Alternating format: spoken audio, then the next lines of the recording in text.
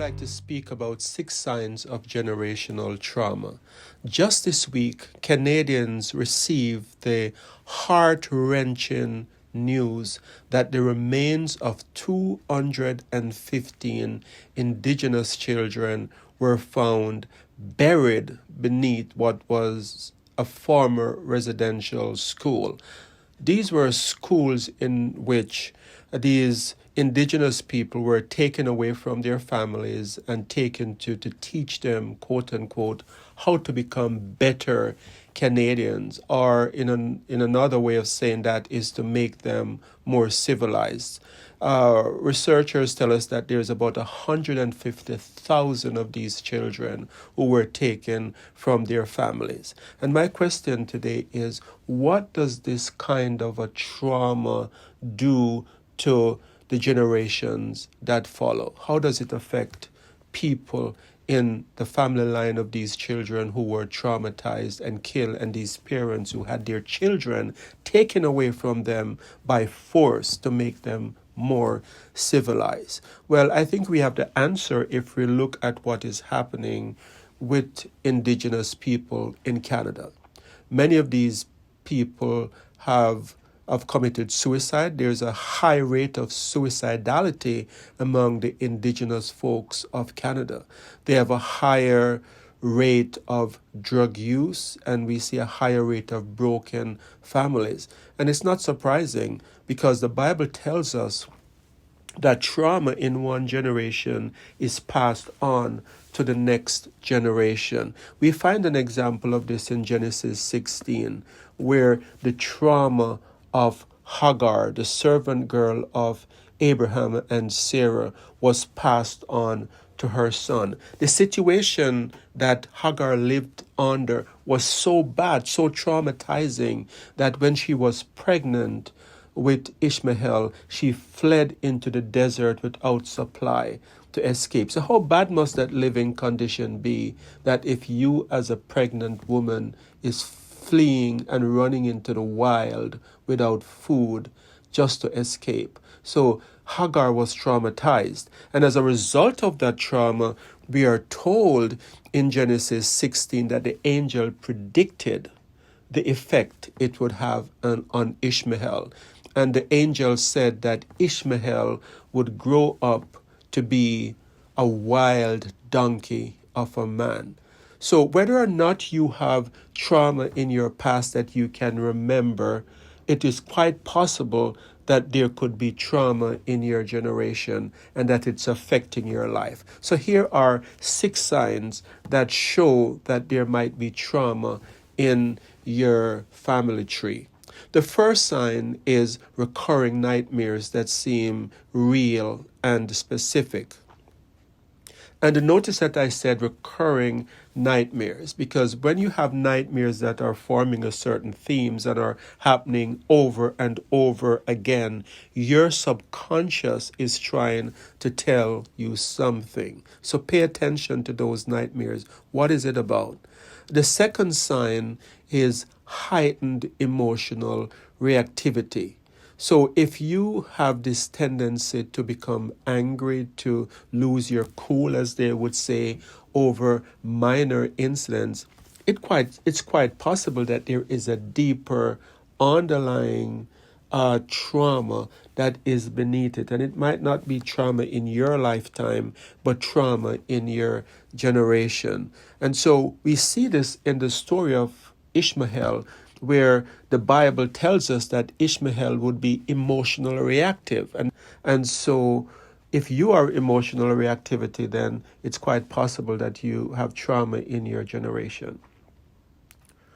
The third sign is a pervasive and prevailing sense of being in danger, even though you have never experienced any trauma directly. So if you have this, what we call in counseling circles, hypervigilance. You're on the lookout for dangers. If you expect something bad to happen at any moment, it's quite possible that this is as a result of something that happened in your past. Many of my indigenous clients that I counsel, they have this sense of fear, the sense of danger, even though they have not experienced any trauma themselves. And the fourth sign is a fear of a certain kind of person. Some people are triggered by just seeing a certain face without realizing why they are being triggered. And I think this is a sign of trauma that maybe your ancestors suffered. I think a lot of the racism that is happening in the States, where certain whites overreact to seeing a black man, might be because their ancestors, maybe their mothers, were traumatized by seeing how these slaves were treated. And that trauma is making them react with guilt and fear. And so that reaction by seeing a black man walking his dog, for example, and calling the police is a way of saying, I am emotionally disturbed. It's coming from a very deep place. And they don't know what it is, but they just feel there is a sense of danger. Maybe they saw their ancestors, their mother, our great-great-grandmother saw a black man being brutally killed, and seeing a black person is bringing back that trauma. And then the fifth sign of generational trauma is this sense of fear during sexual intimacy, fear or anger. I have had clients that say, when I am touched in a certain way, I just feel like punching the person I am with, and they can't explain it. Well, it's quite possible that this reaction, this anger reaction or this fear reaction, is as a result of a past trauma where someone in your family was raped. And the sixth and final sign of trauma is this fear of abandonment, where you have an overreaction to the fear to being abandoned. So if you suffer a breakup, it's devastating.